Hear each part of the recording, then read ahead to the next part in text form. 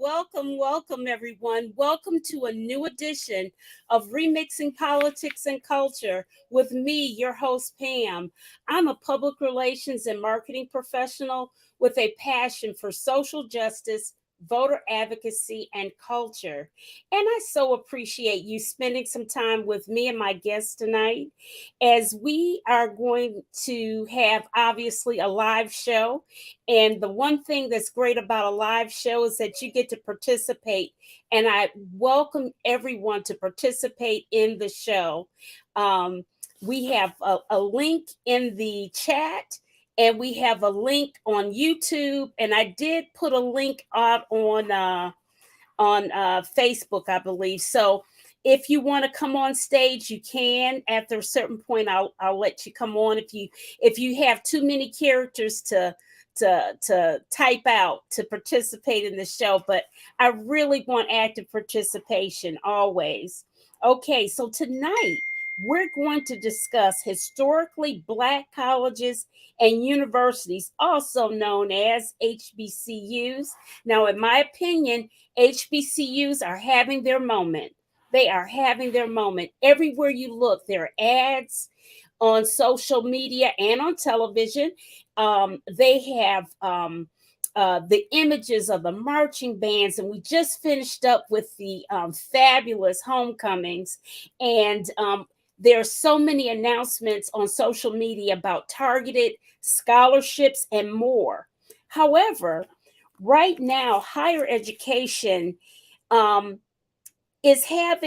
educational institutions are having a moment of their own. They're facing a crisis of less enrollment, students seeking to take the route of technical learning, education, and training, more utilization of community colleges, too. We have a student loan fiasco. It's no longer a crisis, it's a fiasco. And where students have borrowed money for careers that don't always pay the dividends, don't match up with the investment that they've put in. My guests tell me that if the PWI institutions are struggling with a cold with these issues, then HBCUs are in the hospital with pneumonia. Up first, we have Dr. Kimberly Williams Moore. I'm going to bring her up. She has spent the last 25 years following her passion as an advocate and marketer. She has been the chief marketing officer for 14 years for North Carolina Mutual Life Insurance Company.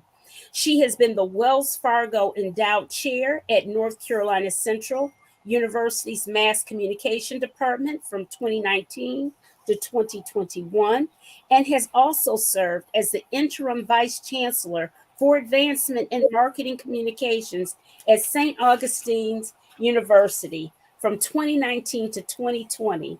Since 2021, she has been serving as the director of civic engagement for the U.S. House of Representatives member, Congresswoman Deborah Ross. Kim is passionate about the success of HBCUs and seeks any and every opportunity to support their efforts. Welcome, Dr. Kim, to the show. Thank you so much, Pam. So glad to be here. Yes, thank you. And up next, we have North Carolina Representative Zach Hawkins. He's repping his HBCU, one of the HBCUs he attended. He's back on the show.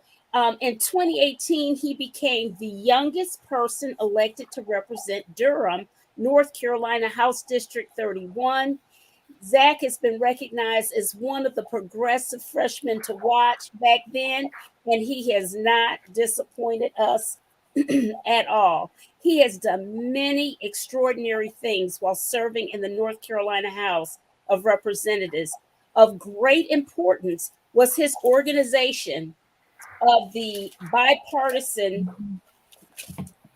of North Carolina's new bipartisan historically Black colleges and universities caucus, NC10. He and Senator Gladys Robinson of Guilford County are co-chairs of this groundbreaking caucus.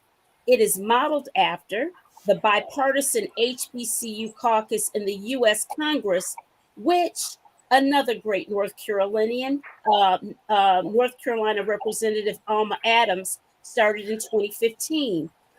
And he is a two-time graduate of HBCU. He's rocking NCC right now, but he also got his undergraduate degree from Elizabeth City State University. That's right, white and brown.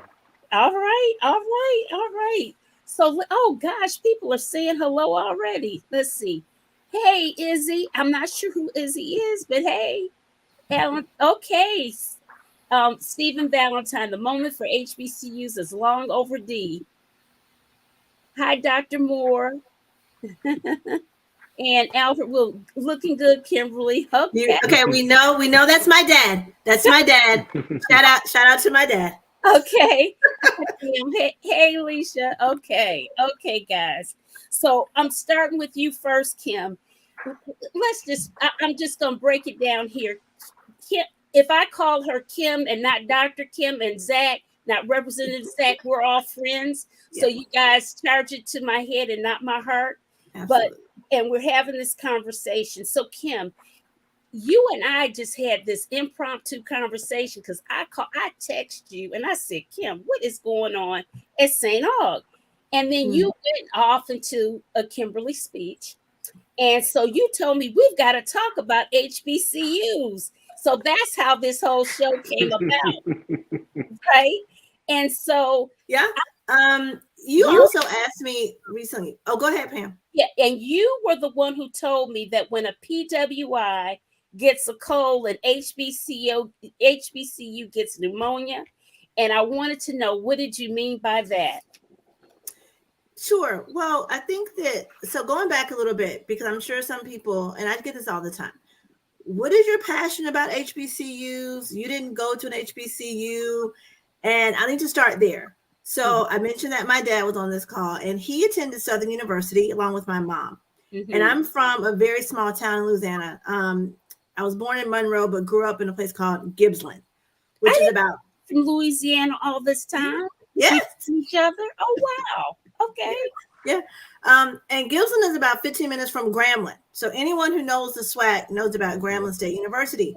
Yes. And what I came from, my tradition was that Grambling was like the UNC or the Duke or the NC State. Like, it was the biggest employer. It had the most influence in the community. So there was really I didn't even know what HBCU was. I just knew about colleges, and they were all Black. Right. Okay. Right. So when I came to North Carolina, I heard about, different schools and different areas of study, which is how I got to Chapel Hill. But the reality is, for me, HBCUs can be on par with any other school. They can have that much impact in a community. So it's not, an also ran kind of thing. Grambling was central to the community I grew up in. So when I said PWIs, get a cold, weird, get pneumonia, basically what I was saying was that higher ed is just struggling, period, right? UNC has had 3 chancellors in 10 years. That was unheard of. Yes. Years ago, you would stay at a chancellor job at least 10 years. So, and of course, we just saw what happened with the, the 3 chancellors who came before the, House committee. There's absolutely a lack of trust in higher education, period, right? And that translates to lack of money. That translates to, lack of partnership on the local government level. All of these things come from this lack of trust. And what I was really saying to you is, sure, HBCUs are having their challenges with accreditation and financing, but it's part of a larger context where higher ed is just struggling, period. But we can't let folks off the hook. So I'm going to segue to Zach. We can't let folks off the hook, because African-American schools deserve the money that we were due, right? So just because I'm saying, yeah, they get a cold, we get pneumonia, that's no excuse. You still have to make it fair and equitable in terms of the funding. Okay. So Representative Zach, North Carolina has the largest number, of 4-year HBCU colleges and universities in the country, full stop. I found Correct. out that Alabama had more than us, but they include Community colleges. community Yeah. colleges, but we've got the universities So and Yeah. I'll give you a few more stats. okay, Um, okay, one out of two Black undergraduates in the state of North Carolina get their degrees from HBCUs. yes, We educate or enroll the most HBCU students in the country. We have the largest HBCU in the country in North Carolina A&T, mm-hmm, and we have the first public HBCU in the country.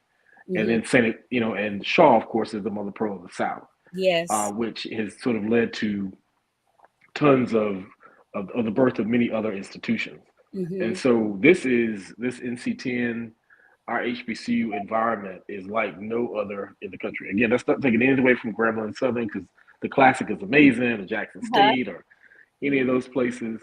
But when it comes to getting it right, we have the most opportunity to get it right because it has so much impact. You Mhm. take the employment value and the economic value away from North Carolina and our HBCUs, it's a much different place. We have, Yeah. it's almost like a silent economy that sort of helped the state, but hasn't gotten the full credit or the full resource that it The deserves. money. Yeah. So explain that to me, because you listen, I'm only an honorary Eagle, only an honorary. I haven't got the degree from Me too. HBCU, and I feel cheated. I'm going to have to figure out a way to get one, right? So tell me how that money, because I think I read where HBCUs in North Carolina alone contribute to 1.7 billion. That's Is correct. Yeah, it's That's $2 correct. billion. Yeah, it it's $2 billion. okay? $2 Yeah. billion. Yeah, because I mean, for example, both again, just in if you talk about well, four institutions, Mm-hmm. Elizabeth City State's enrollment has doubled in the last 5 years. Fayetteville State has increased. North Yes, Carolina Central ran out of space for first year students, that's true. and North Carolina A&T has just grown dramatically. And Yeah, they're so breaking all the records. they're They're on breaking their all way the to be records. a research one. I just wanted to put that plug in. Yeah, That's A&T right. is on track to be the first HBCU Research One university in the country. Full stop. Explain that to the audience what it means to be a research one institution. I know that it means a whole lot when it comes to what professors are paid. That much I do know. Sure. Explain. Well, we can both weigh in on that. But what Yeah, that yeah, really sure. means when you're R1 is that you have hit that threshold of $1 million, multi-million dollar research programs, and the federal government is willing to take even more, make more investments in you, right? It's not a coincidence that it's taken HBCUs over 100 years to get to this point, because it's the chicken and the egg. You have the funding from the federal government to get your research up, but you got to have the research in place for the federal government to want to fund you. So our lack of resources over the years have just made it, a slower process. But that R1 designation simply means that your institution is now on par to do multi-million dollar grants. And you're able to partner with the federal government agencies, Department of Defense, Department of Energy, which A&T has been doing, but Yeah, now they'll be able to get even more. I Right. And so thought Central had been the other oh, go ahead. Sorry. I'm sorry, Zach. Hasn't Central been doing this too? So they Yeah, so they're they on they track. so they have they're so you have R1 Tier 1, which is now where North Carolina A&T will now do. And so just to give you context, between Duke and University of North Carolina, they Mhm. bring in over $1 billion annually in research. So they far exceed even what happens in the Northeast. And Yeah. so the ability to bring down those kinds of dollars, you said you get professors get paid better, you get bigger grants, more infrastructure, you can train more students. Like it, you can have spinoff companies. Does that make sense? It's such a cascade of opportunity that comes from being R1. Yeah. Even the amount of money, when I'll give you context for something else in a second. The amount of money that they're able to bring in, and the size of the teams they're able to bring in Right. for the research projects is huge. Which means that's more opportunities for students to be like a postdoc, right? Yeah. to get experience and to come there. That's big money. And then those students, of course, then go off and do their own thing, and it brings prestige back to the institution. Right. And so, and then it also does hurt, as she mentioned before, not being R1 hurts your ability to do head-to-head research with institutions like Duke, UNC, et cetera. I mean, people forget that there's vet school there, right? One of the only African American vet schools was the only one in our state, and you have to go to the next state over to get to one. And so the amount of, and I think when this goes into full effect, people will understand how much we have been cheated all this time. And so then this is a battle that a few of us, and I was the last one standing to be able to see it. We were finally able to get the Glenn Grant match for North Carolina A&T in this last state budget. Since the 1890s, North Carolina State had received land grant, a 2-to-1 match from the federal government, which means, it helps them bring in even more dollars to support, their mission, right? Actually, since 1862, they've been getting it. Oh, 1862. There you go. 1890s was ours. That's right. Yeah. HBCUs. And so they finally got that. And so there has been, and that will be absolutely amazing again to help them. That was to help them get to that R1 status and to be able to get those resources again for them in PhD programs and the ability to recruit faculty. I mean, it just does so much. And now if you're doing the math at home, you're like 1890 to 2023. I can't. That's a long time of not being able to do it. And again, I know we will see the benefits, but I can't wait at some point for them to get the back pay and for all North Carolina HBCUs to get the back pay they deserve. Right. Yeah, I think that's something that in the last 2 years, so the conversation, right, about all higher ed was COVID, right? All higher ed as an industry had to pivot and go online with like 24 hours notice. Right. Well, what that really showed was that African Americans, our schools didn't have the infrastructure. We didn't have the broadband. We didn't have the technology. But guess what? We still had to do it, right?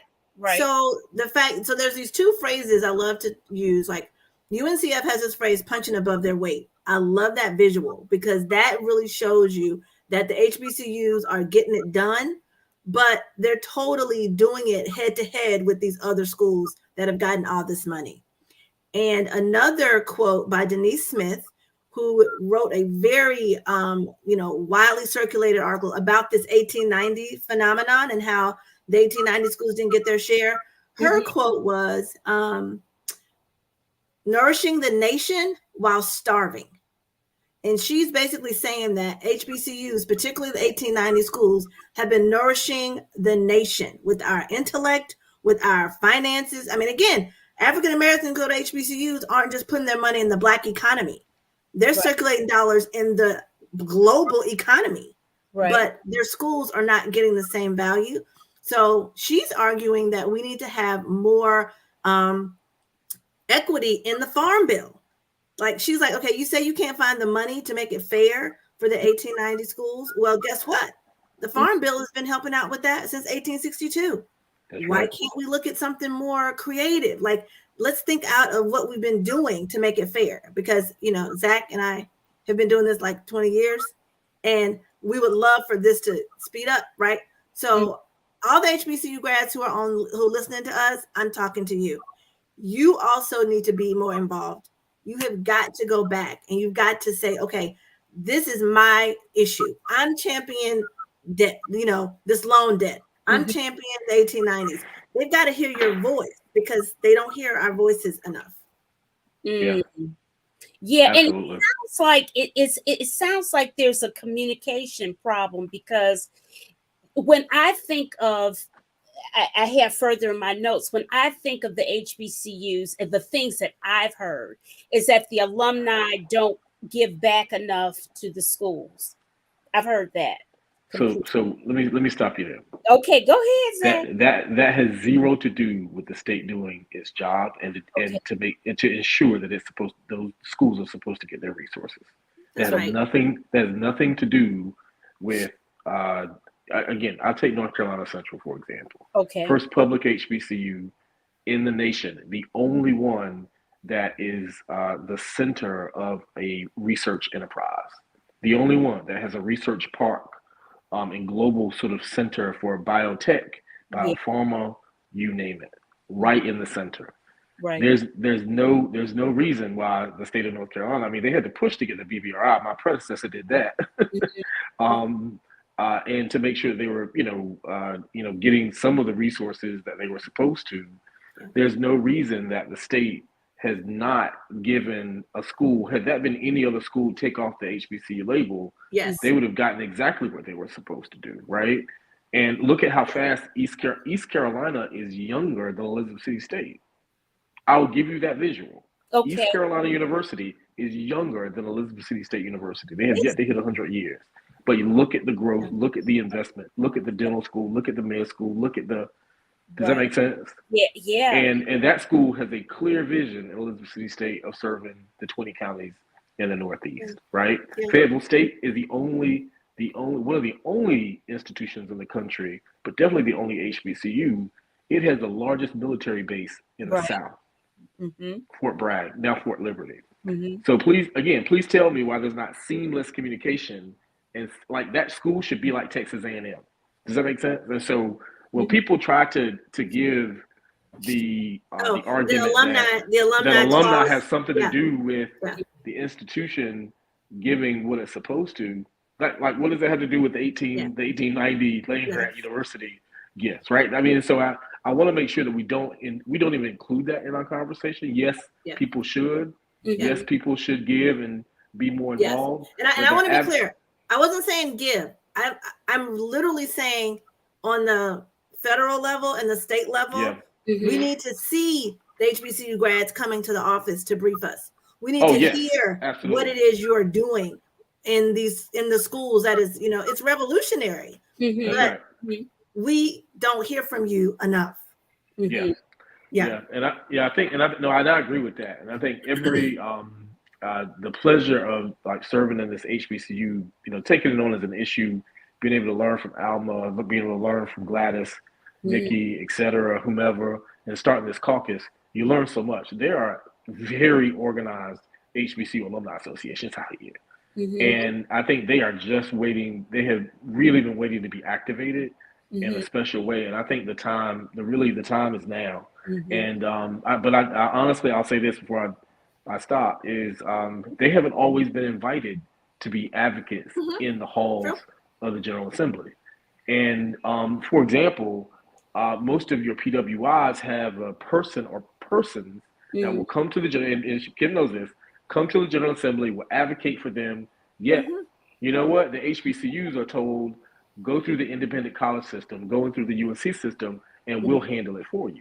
Now, everyone now has their own person that will come down periodically. Or for a long time, they were not encouraged to advocate for yourself. It was like, you submit it to these systems, and these systems will take care of you. Right. And so that means there was a view of what legislators saw about them, and so we are completely now trying to break that down and give them, carte blanche, ability to come and see us and talk to us. But it always has not been an invitation. I'm so glad I asked that question to set that fire in you, Zach, because it's all good, because you don't know what you don't know, and our audience doesn't know what we don't know, and I think it's all good to get that's what we're trying to do, get educated here tonight. So you know what, Kim, one of the questions I had for you was, how does diversity, equity, and inclusion connect with HBCUs? And I asked that question on purpose because you well know what's happened at UNC, the mothership institution in the state of North Carolina, and the first public university in the country, right? And we also know this past Wednesday, the governor of Oklahoma banned all DEI initiatives in his state government. In the universities, the colleges, everything, agencies, period. He's like, no to all this. He gave a big speech and all of that. So we know it's a big bone of contention amongst PWIs. how would that impact our HBCUs? Well, it's already impacting them, right? I mean, we talk about the NC10, right? Our state has had some of the largest enrollment years for HBCUs, second only to, the HBCU Ivies, right? Spelman, Morehouse, Howard, and Hampton. If you take those four and kind of hold them to the side, North Carolina has seen the biggest increase. But what does that mean? These colleges are not equipped to take on all these students. So it really shines a serious light on the disparity. That's what I take from it, right? DEI is something that Black folk been doing since, 1865. But, I'll talk about that another time. These colleges are experts. They're subject matter experts in DEI. But once the students get there, they don't have the infrastructure because of all the deferred maintenance. Again, it goes back to the money. I mean, I hate to say that. It's more than that, right, Zach? I know it's more than that.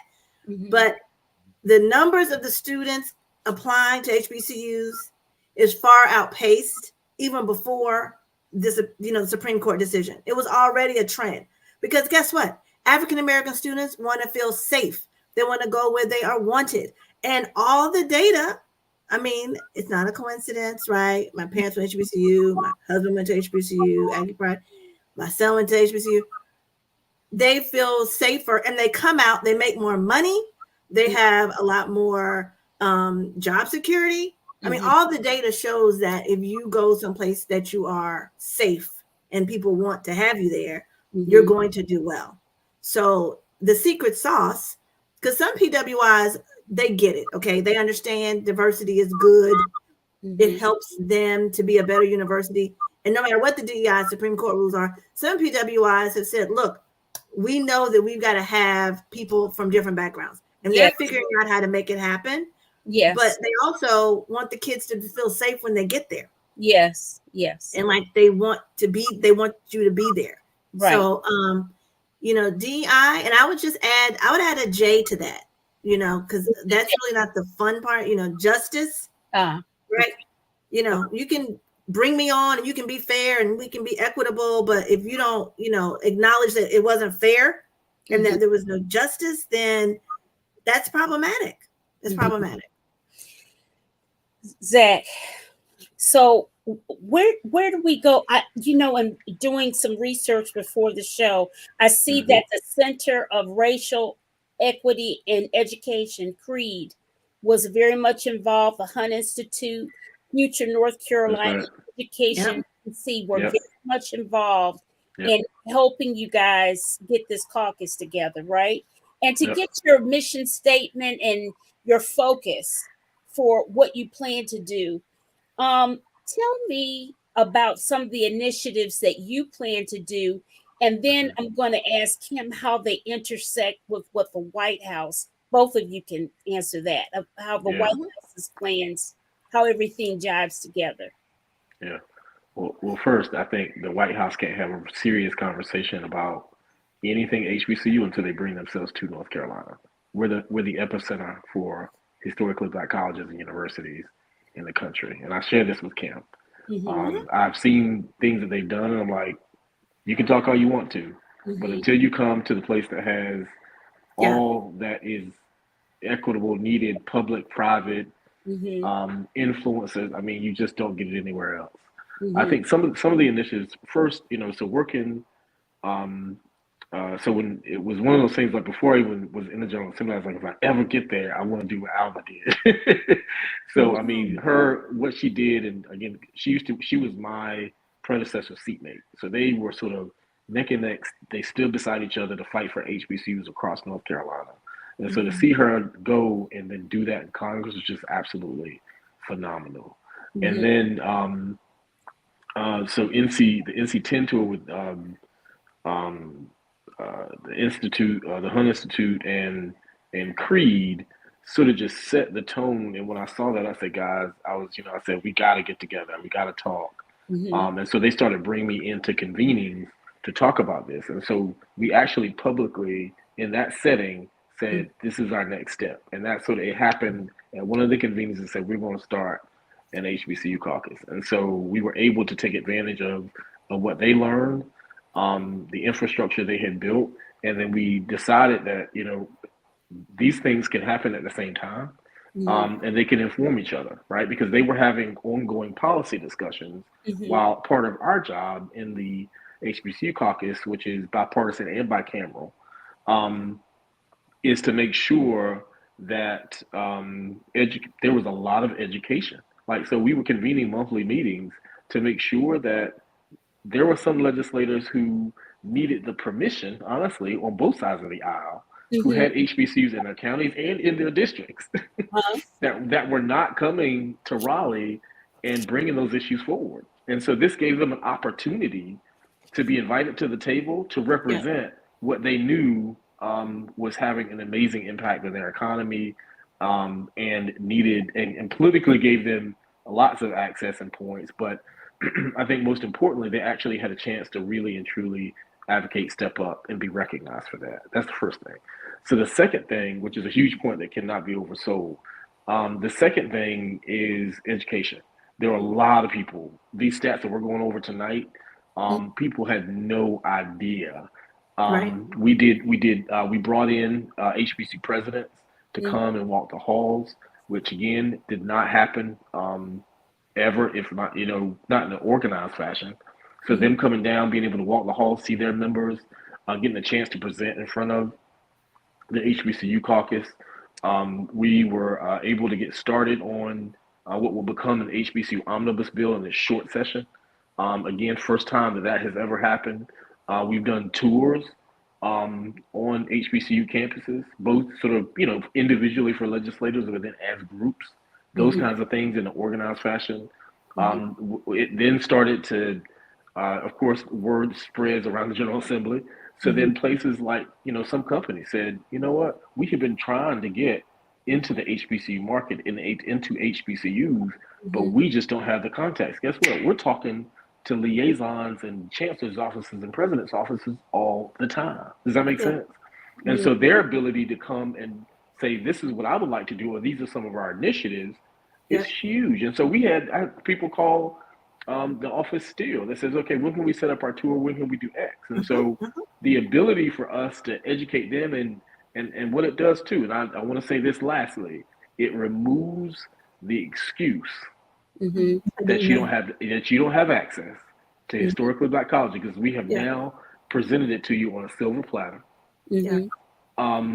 To legislators, you can't say, especially if you represent one, that you don't have an ability to do that. We one of the things that I think was just as a group, and this was a collective discussion, was I'm not going to organize your HBCU tour for you. If you represent that area, you do it. That's right. And the ability to step back and do that gave them be able to have a point of contact and to go contact those offices. Hey, I'm trying to get a tour together for the delegation to come out. That gives them a level of advocacy. There's a member, Representative Bill Ward, who represented Pasquotank County. I had North Carolina Central had won, of course, the HBCU championship. We didn't go this year, but we were there last year, Eagle Pride. And we brought in the team. Never had a team, HBCU, taken over the chamber of the North Carolina House and the North Carolina Senate. They were in the well, and the chancellor got the podium, and so did the coach. And we had, I think it was might have been the volleyball team that also won, the track team that won something as well. And then Winston won, and they came. And then he brought Elizabeth State because they had won. The girls had won the conference, and so it started a snowball effect of people wanting to make sure that they represented their constituency. Right? This is a Republican white male who won the district, but guess what?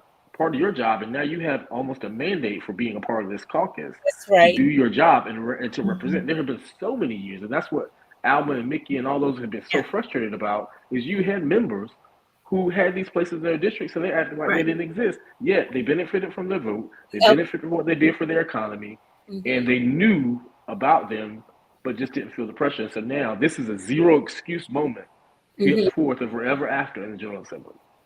Wow. Yeah. And similarly on the federal level, so two things that Zach said I really want to highlight. Okay. Bicameral and bipartisan. In case people don't know, I'm sure everyone who listens to your show, Pam, is very politically astute. But that means it doesn't matter what political party you're in, and you got to have both sides of the aisle to be aware of this issue. And on the federal level, that is also the case.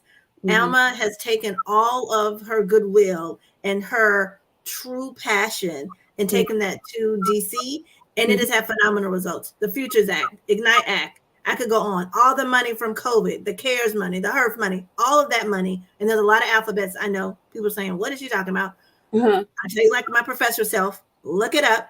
All of these funding bills that Alma sponsored were also taken up by both sides, Republicans and Democrats, the House and the Senate. That is critical. So we know we work together when we want to, in other words. They can, and they do, and they do.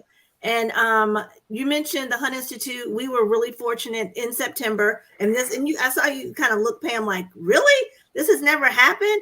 I know. And, timing is everything. I mean, I've been, around things, HBCUs long enough to know everything isn't going to happen overnight. We didn't get into these problems. Okay. Again, another phrase, African Americans in this country, we've been free since what? 1865. And some would say we're still working on it, right? It's not overnight. Yeah. Okay. Our schools didn't get in these situations overnight. The headlines might let you think that, but this has been generations of these challenges. So one thing that we were excited to do during the HBCU conference that the White House hosts in September is to have Dr. Siddiqui talk with the Hunt Institute, talk about the work that Zach has been able to do. And Zach is exactly right. Having Hunt Institute in DC talking about it was great. Having, my boss, Deborah Ross, talk about it, and she's on the HBCU Caucus. She has been an amazing advocate and, lets me champion HBCUs, right? In my work, I appreciate her doing that. But he's right. We've got to get more people to our state because they need to see where HBCU graduates are. They need to hear about their innovative programming and see it with their own hands and touch it. So that is something that in 2024, 25, we want to do. We want to bring as many people to this state, right? We need to do our own HBCU tour to bring them here so they can hear and see what we're doing. And just like he said, getting the HBCUs to talk to their state rep. I am a huge advocate for HBCUs need to call their federal congressperson and senator. Y'all hear that? Say it again. I'm saying to the audience, do y'all hear that? Yes. They should know, no matter what their party affiliation is, your congressperson and senator should know who you are. Why? One more data point I want to put on this. If you had a company in your district that generated $15 billion and employed 134,000 people, you would figure out how to get them in front of you. You would need to hear what they're doing. A $15 billion company is someone you ought to know what is their agenda, right? What is it that these chancellors are looking to do in the next 10, 15, 20 years? What is the school's master plan? I get the local government master plan, but a $15 billion industry, I need to know what your plan is. And I need to help you to get there. Right. Yeah. And the one thing I'll add too is the punching above the weight that she mentioned is so underestimated. Most Black judges, most people who get Black people who get PhDs, MDs, law degrees, on the benches, politicians, most come overwhelmingly from historically Black colleges and universities. Engineers, and I mean, again, the one, like nursing in Winston-Salem State, like pumping out nurses. Most of our institutions provide the most teachers, Black teachers, across the state of North Carolina. I mean, again, what the state has benefited from was so little investment over the course of a couple hundred years is phenomenal. And I don't, and as Kim mentioned, I don't want people to lose it. I understand, just like I did, you waited a little long in the registration line, right? Your refund check might be a little late. I understand. But And they of course there were challenges, but those institutions have set people up for generational success. Yeah. Some families will never be poor again because an HBCU took a chance of them and gave them a world-class education for a very low price. Yeah. And so I think that, that's why, to Kim's point, call your member of Congress, call your United States Senator. But those chapter HBCU alumni associations, there is no reason why you do not have your your state house or state senate member in your meeting, on your Zoom meeting, answering questions. Yeah. You can take 30 minutes you can take a whole meeting just to interview and have a conversation with them about what the needs are, and those can come directly from your schools. Because again, there's no reason for them not to do this. It's constituent. You're a business. Yeah, you're a business. Wow. I tell you what, if you guys get this thing going where there's some tour or whatever, I want to be on the ground so that we interview people. We have to. We have to do it. Conversation or whatever, because here's the problem. And this is one of the heartbreaking moments that I have about Shaw no longer having its radio station. You have to have Black media to tell the stories. You cannot depend on traditional media to tell our stories because you have gatekeepers. Okay, you have so many gatekeepers, and then again, and if something bleeds, it leads, and all of that. That's all very true. But you have such gatekeeping going on that you will never know. All this stuff that you told me, it's like I have no clue.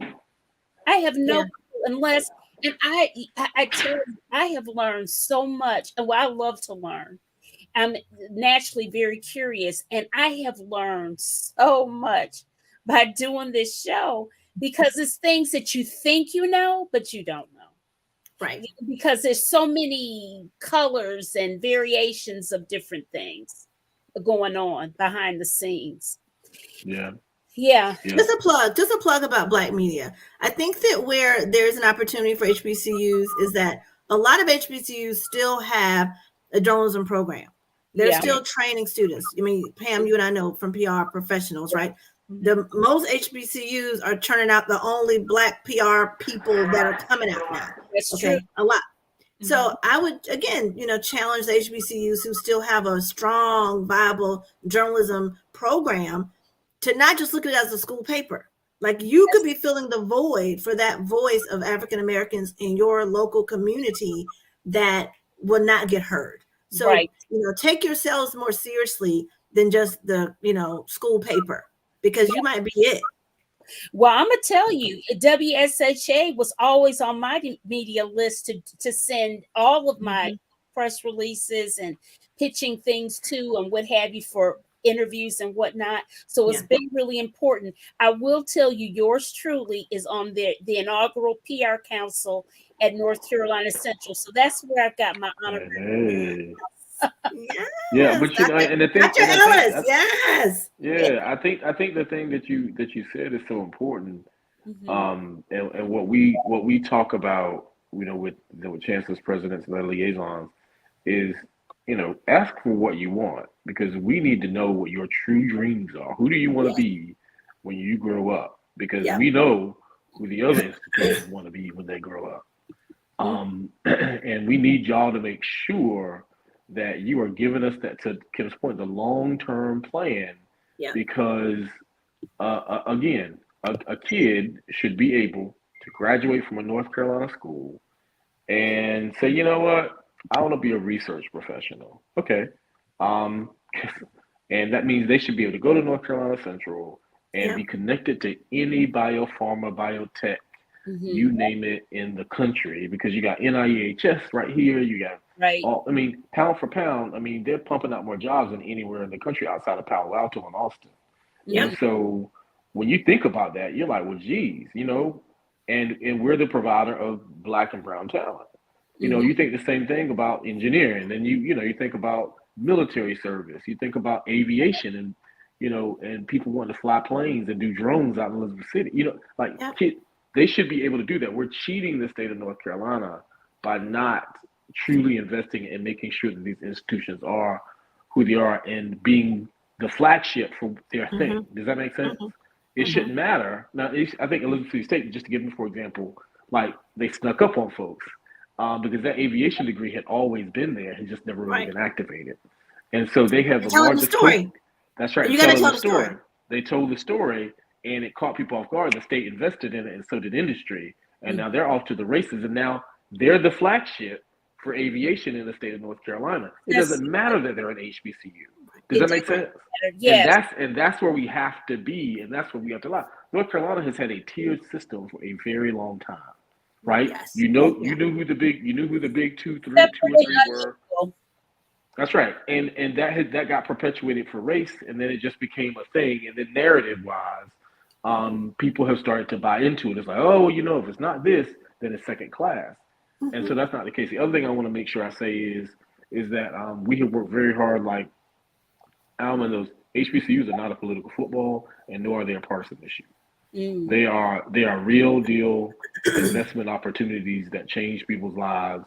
And give people employment opportunities that do the work that is necessary for educating the future, right? And that has zero to do with politics. And that's part of one of the reasons why some people are like, well, maybe we should let the Black Caucus do it. It ain't Black people's issue. It's not Black people's sole issue to take care of HBCUs. It's the state of North Carolina and everybody who is elected to serve. Does that make sense? And so if you're white, black, brown, purple, Democrat, Republican, Independent, Green, you name it, whatever party you are, your job would be to make sure that all these schools get funded. Does that make sense? And so it's a complete shift in the way, and I got fought on this, and so did Gladys on this, but it's like, we're going to make sure that we always check in and that these groups are involved because they have historically pushed the ball. But it's a new way forward. Like it didn't get us all that we needed it to get. Does that make sense? Yes. It's got to start. It had to start, and it had to start. Yeah. And now it has to evolve. Yeah. Yeah. Wow. Why is it that the most logical things are illogical and they just don't happen? They just don't naturally happen. You would think that people would realize or even care that if something is a $15 billion business, that you would want it to still further grow because it will give you more money, more investment into the state and what have you. And it should not matter that it is a historically Black college and university, that type of thing. Well, I think that the narrative, the Thurgood Marshall Foundation, United Negro College Fund, they have been the only voices out here for so long, right? Because back to what Zach was saying, the structures that are in place had the HBCUs going through another group to get their information to there wasn't even a direct conversation. So now that you have the schools telling their own story, right? You've just seen the exponential growth. But I will caution, there's a cautionary tale, right? Because just because people want, the HBCU flavor and the drums and the homecoming and all of that, it's like, that is like the tip of the iceberg. Okay, when you're looking at an iceberg, all you see is the top, and down below, it's like miles and miles of other things that have to be addressed. So I would just even say to HBCU alum, don't let people just want the shine, right? And come to your college and sponsor this, because a sponsorship is a one-way deal. You're not going to get enough sponsorship. And, my PR friends are going to love this. You're not going to sell enough chicken dinners to build a research center on your campus. You have got to get into the ear of the government with the millions of dollars and let them help you to get the research center done.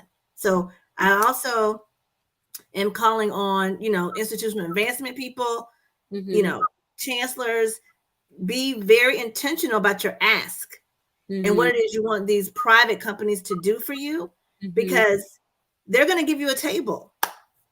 They're going to buy, they're going to help you with your award celebration. you need them to help you with the $15 billion, investment, because that's what we're giving. African Americans are giving that to this country, $15 billion.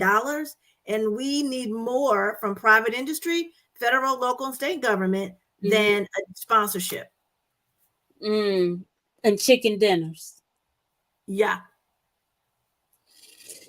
Whew, okay. So you know what, Representative Zach, I wanted to say this to you. Now, you guys call the caucus the NC10, but hey, I dare say, Barbara Scotia, they gonna come back. They coming back. Yeah, so they are, They're gonna come back. and so the NC when NC10, which is the Creed and the Hunt Institute's piece, that's the institute. So they did the NC10 tour. So they went to every institution, had interviews with leaders and campus presidents, and then and actually, funny enough, Dr. From Virginia State, I'm blanking on his name. He was there. And he was there when we announced that we were going to do the HBCU Caucus. So ours officially is the North Carolina bipartisan, bicameral North Carolina Legislative HBCU Caucus. So that's the formal piece. But we did have that discussion about sort of where did this, where did Barbara Scotia fit? And so clearly that's pre-Chris Ray.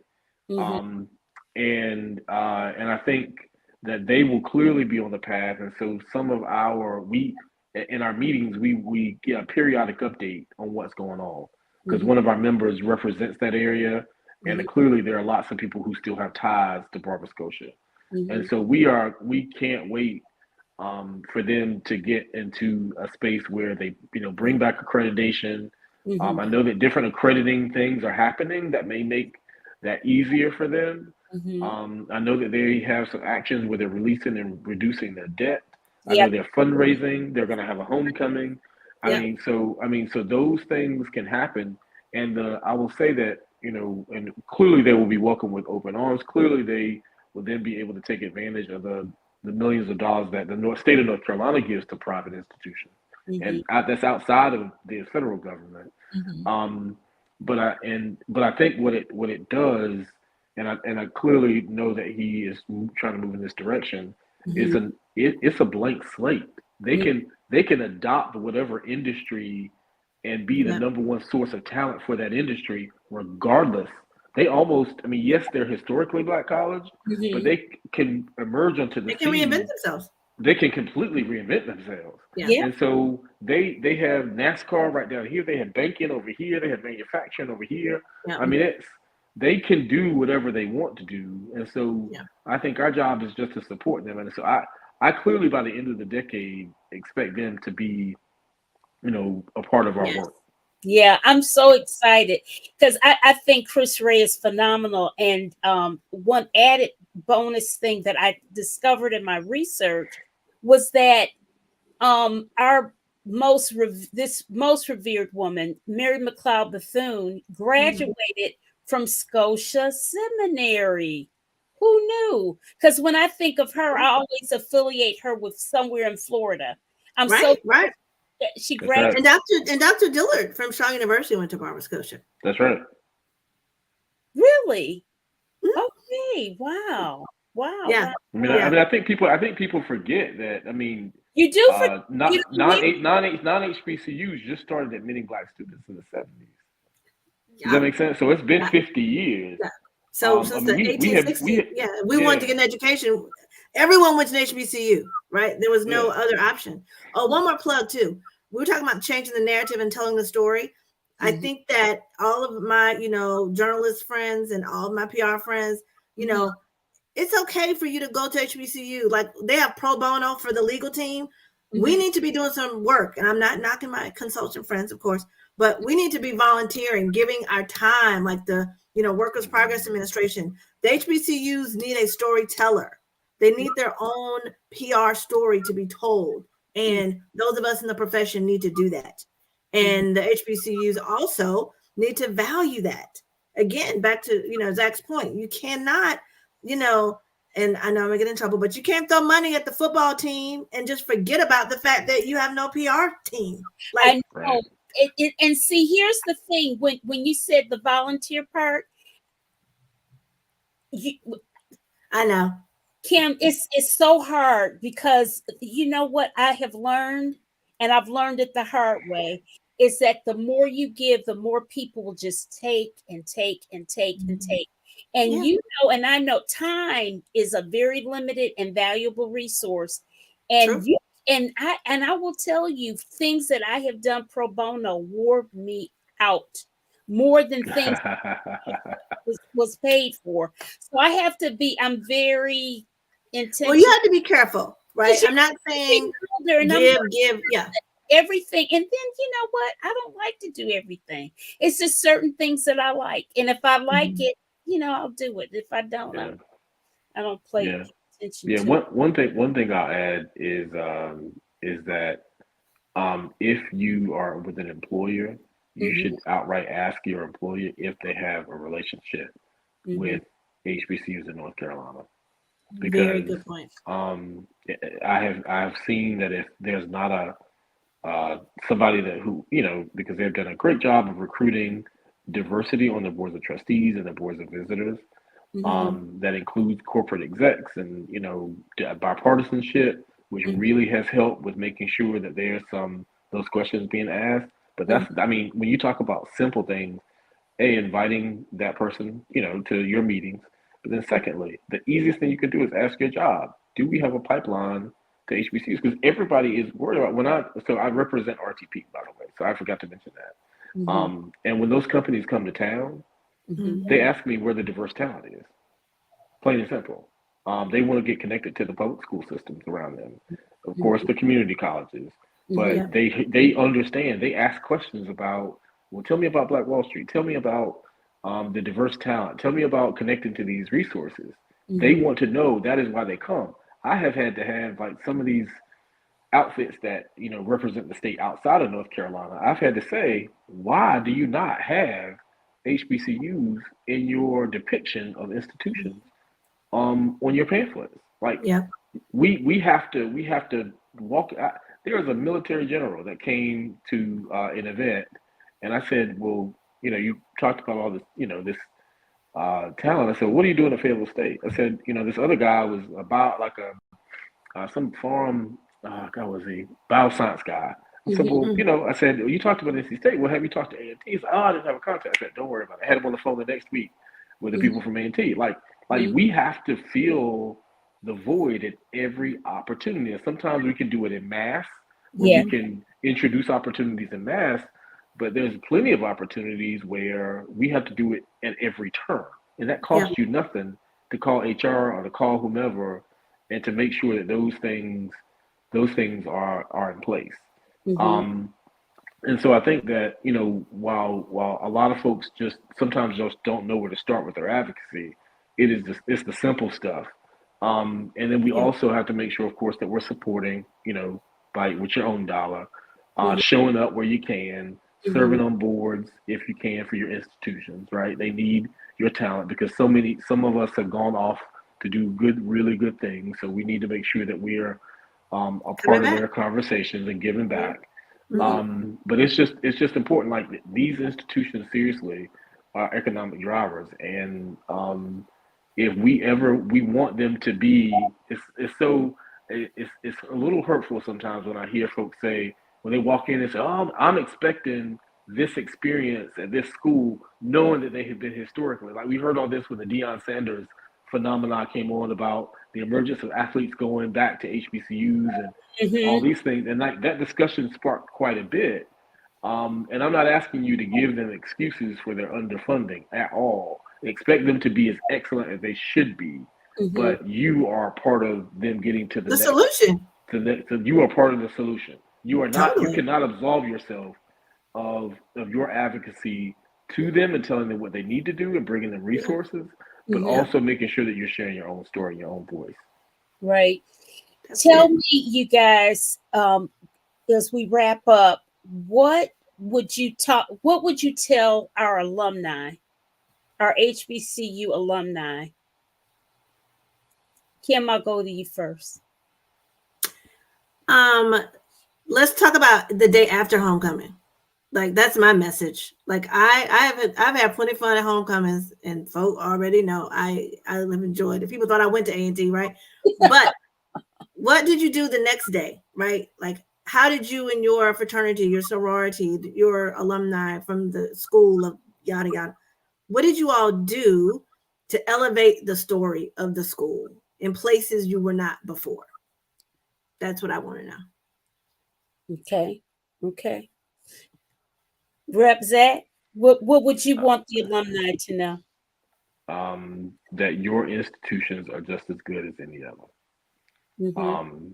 That most again, as we talked about, when you talk about the first Black folks to get into corporate America, to populate graduate and professional schools, to Mm-hmm. provide the Black middle class, to create the innovative class, to create the Black economy and wealth and Black Wall Street. Those things came from historically Black colleges.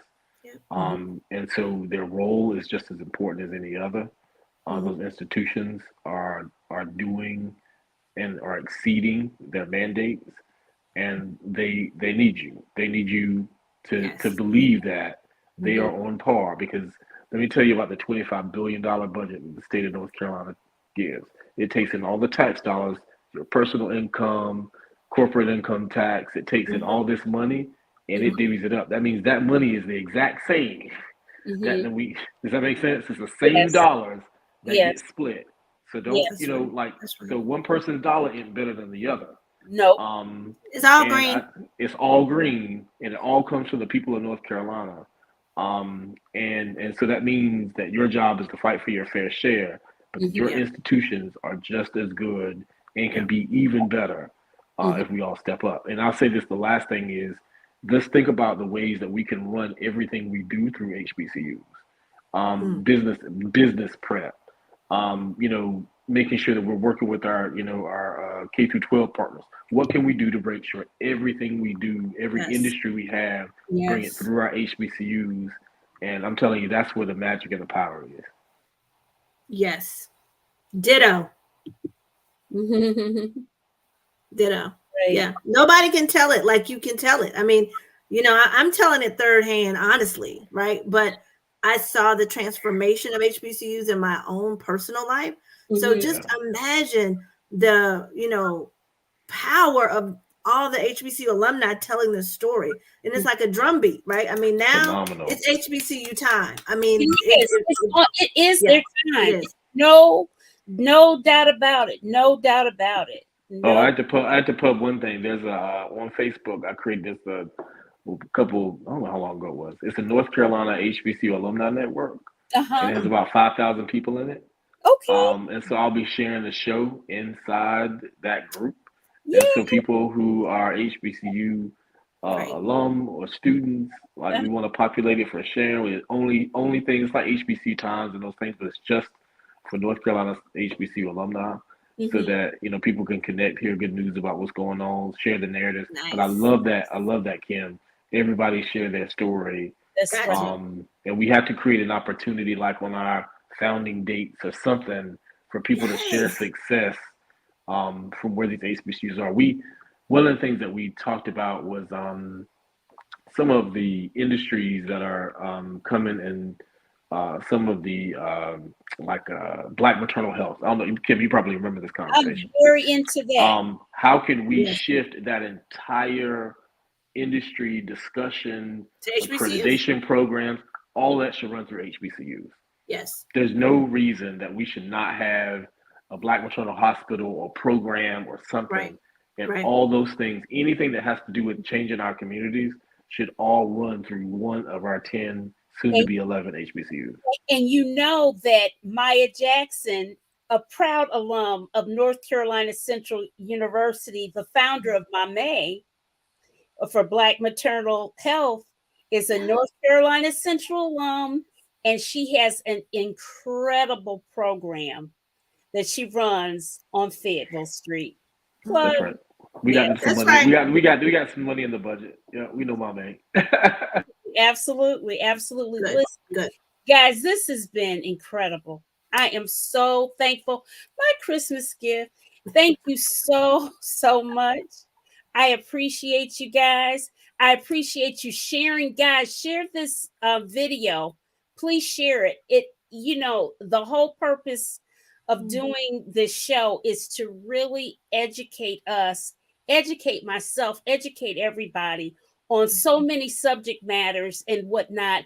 And even though this is a culture talk, it is everything often always goes back to politics. How you and I vote. So let's get prepared. 2024 is here. And I've been trying to get folks ready all the time, and I'm just one little person, but hey, we can do this together. We can do this together. Oh, it's a bunch of thanks in here. More Black, yeah. And that's Dr. Alicia Baker Rogers. She has her doctorate in holistic health and nursing and all that good stuff. Oh, thank you. And thanks. I have enjoyed this. God bless. Thank you, Mr. Williams. That's right. The Jaguars are in the house. Hey, Mom. Thank you. Great show. Okay. All right. And listen, can everybody please hit that thumbs up button on YouTube? It's a lot of people in here on YouTube. Hit the thumbs up button and subscribe, please. And even if you're on Facebook or LinkedIn, hit the thumbs up button for me so the algorithm will populate and all that good stuff. And share this video. Share it. Thank you, Dr. Kim. And oh, it was my pleasure. Zach, this was so awesome. I'm so glad we finally got to do this. Yes. Have other people on and whatever, but I learned a lot. I learned a whole lot. I did. Yeah. All right. Thanks, Pam. Thank you, Pam, for the platform. Thank you. Absolutely. Thank you so much. Keep it up. Keep it up, Pam. Thank you.